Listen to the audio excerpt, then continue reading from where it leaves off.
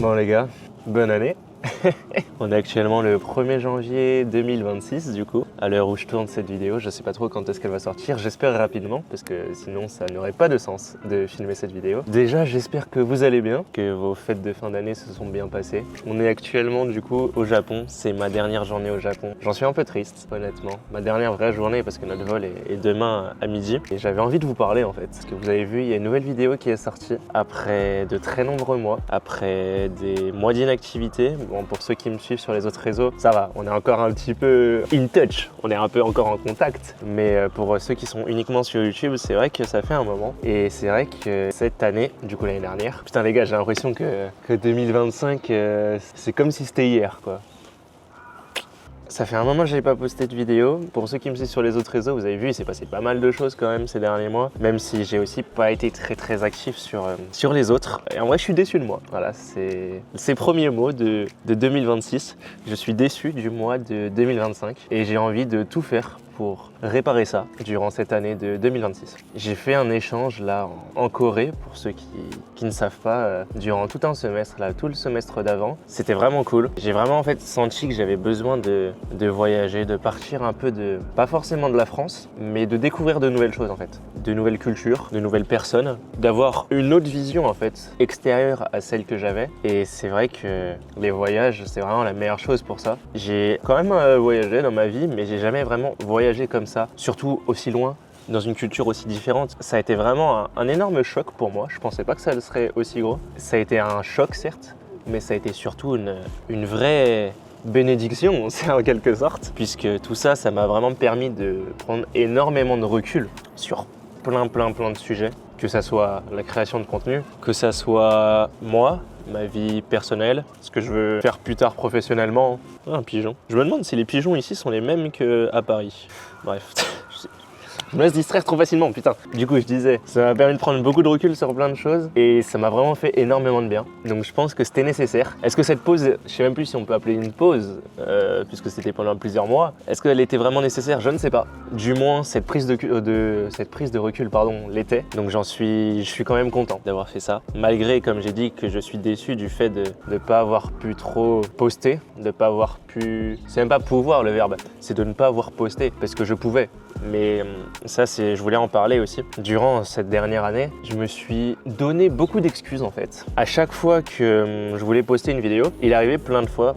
Je peux vous montrer, j'ai une liste dans mes notes de vidéos que je devais faire déjà pendant mon semestre en Corée parce que je savais que ça pouvait intéresser les gens. Je sais que c'est plutôt une expérience en vrai qui est trop bien. Ça, c'était ma note de vidéo à faire en Corée et comme vous voyez peut-être, elle était super longue et sur cette note-là, il y a peut-être, je crois, 2 vidéos qui sont sorties sur tout ça. Donc voilà, je me suis en fait créé beaucoup d'excuses durant cette dernière année au niveau de la création de contenu. Il y avait beaucoup de fois où je tournais même les vidéos, je les montais et je la regardais et je me disais, en vrai, elle est pas exceptionnelle. Et si moi je la trouve pas parfaite, comment des gens qui ne me connaissent pas forcément vont trouver ça intéressant? Et ce qu'on m'a dit par rapport à ça, c'est que en fait c'est complètement con ce que tu te dis. Ok, peut-être c'est pas la vidéo de l'année, mais dans tous les cas elle sera toujours un minimum bien. Et de toute façon, tu crois vraiment que tu pourras toucher de nouvelles personnes en postant rien? Parce que si tu postes rien, forcément que tu vas toucher littéralement personne. Alors que si tu postes une vidéo qui est même pas forcément parfaite, pas forcément exceptionnelle, mais qui est bien, qui est sympa à regarder, et là tu toucheras des gens. C'est très mal formulé, mais je pense que vous avez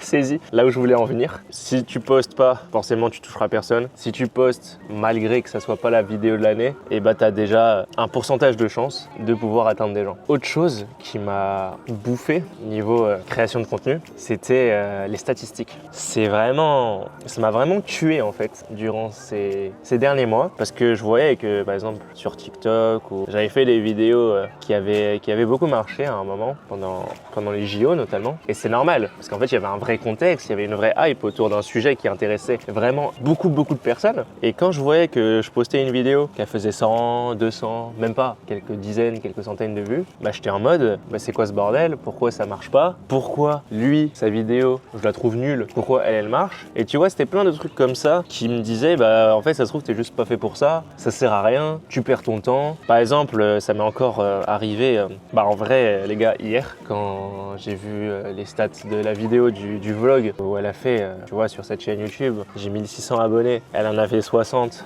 Et encore, je suis même pas sûr qu'elle en ait fait 60. J'étais en mode, ça se trouve, je sais pas, je suis shadowban, ça se trouve, ça fait 1 an que j'ai pas posté. Peut-être que la chaîne, elle est morte. Est-ce que j'en recrée une autre? Et en fait, il y a statistiques et statistiques. Parce que quand on regarde les stats de quelqu'un, en général, on regarde son nombre d'abonnés, on regarde son nombre de vues, et voilà, son nombre de likes, à la limite. Ok. Mais en vrai, faut pas regarder ça, parce que moi, j'étais en mode, mais ça se trouve, la chaîne est morte, je devrais peut-être en recréer une. Et quand tu vas dans des statistiques un peu plus profondes, que tu vois, je crois que c'est audience, et tu as le nombre d'impressions. Le nombre d'impressions, c'est le nombre de personnes à qui ta vidéo a été exposée, donc à qui la vidéo est passée soit dans leur page d'accueil, soit les vidéos sur les côtés. Et j'ai vu qu'il y en avait 4000, je crois, 3 ou 4000, ce qui est franchement beaucoup. Il y a 3-4 000 personnes qui ont vu ma vidéo sur le côté ou sur leur page d'accueil et qui en fait n'ont pas cliqué. Et du coup, là, tu rentres dans un truc beaucoup moins toxique parce que ça te dit quoi faire en fait. Ça te dit ok, par exemple, le pourcentage de le watch time, pardon, il était correct. Ce qui manquait, c'était juste le taux de clic, le nombre de personnes qui cliquaient sur la vidéo. Donc là, maintenant, je sais que, et d'ailleurs, c'est ce que j'ai fait, là, j'ai refait une miniature pour cette vidéo, j'ai rechangé les titres. Et voilà, tu vois, c'est une relation avec les stats qui est beaucoup moins toxique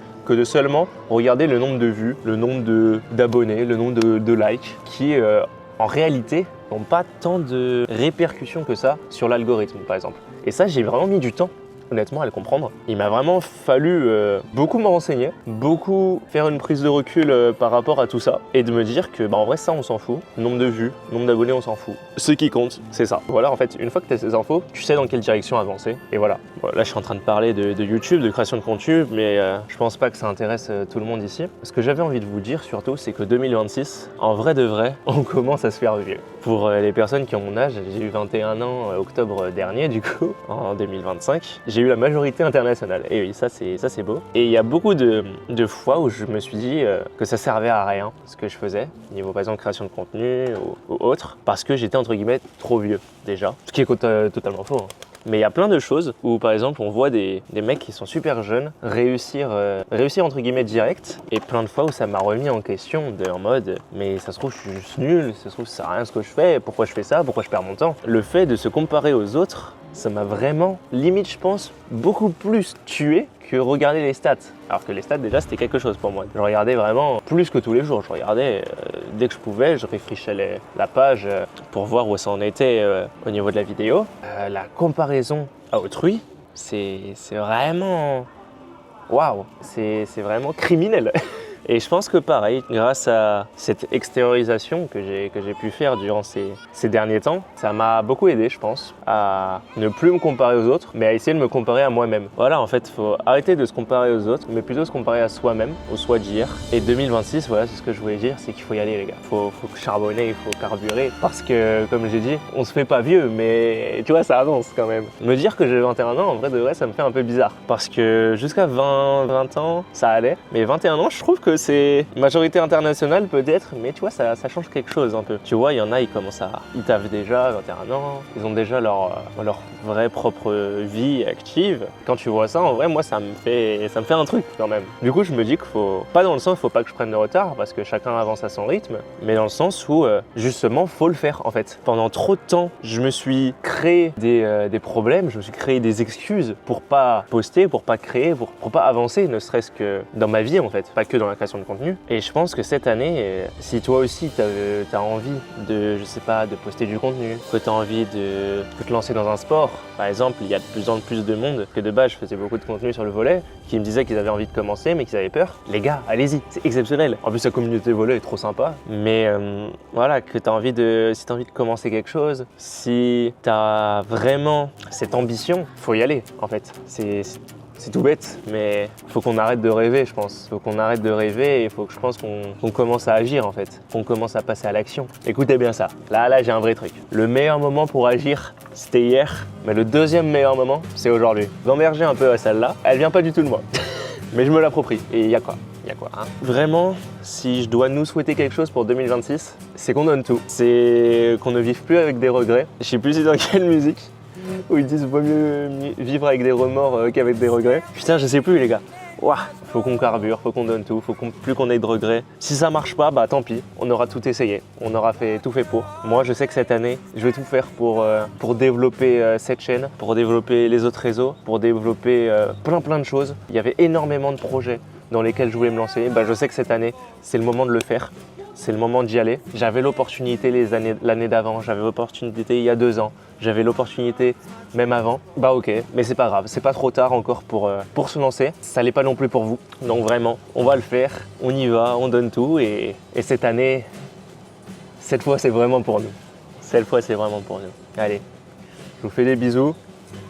Moi là je vais profiter de ma dernière vraie journée au Japon. Je vais m'envoyer mon petit melon pan là. Je suis vraiment japonais à manger des melon pan le 1er janvier. Bonne année à tous encore une fois. N'hésitez pas à me rejoindre sur les autres réseaux, à vous abonner aussi à cette chaîne YouTube parce que cette fois on va vraiment le faire.